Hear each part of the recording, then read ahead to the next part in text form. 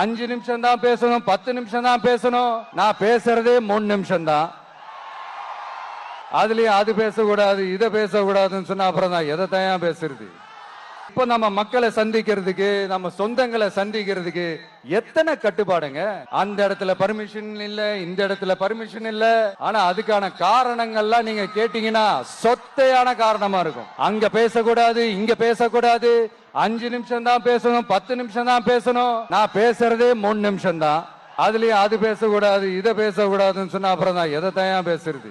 அரியலூர்ல போனப்போ நான் கரெக்டா அந்த ஊருக்கு போறதுக்கு முன்னாடி அந்த ஏரியாலேயே அந்த பவர் கட்டு. அப்புறம் நான் திருச்சிக்கு போய் நான் பேச ஆரம்பிச்சதுக்கு அப்புறம் ஸ்பீக்கருக்கு போற அந்த வயரு கட்டு.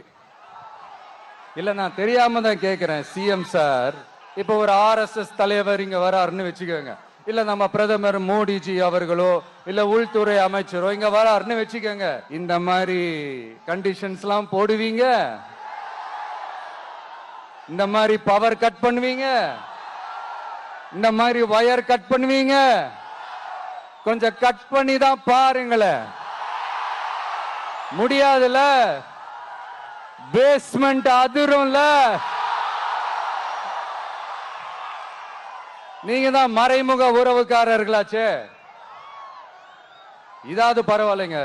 இதை தாண்டி ஒரு ரூல் ஒண்ணு போட்டாங்க, பஸ்ஸுக்குள்ளேயே இருக்கணுமா, பஸ் விட்டு வெளியில வரக்கூடாதான், கையை இவ்வளவுதான் தூக்கணுமா, இப்படியே வரணுமா, மக்களை பார்த்து சிரிக்காத, மக்களை பார்த்து கையசைக்காத, இப்படி எல்லாம்.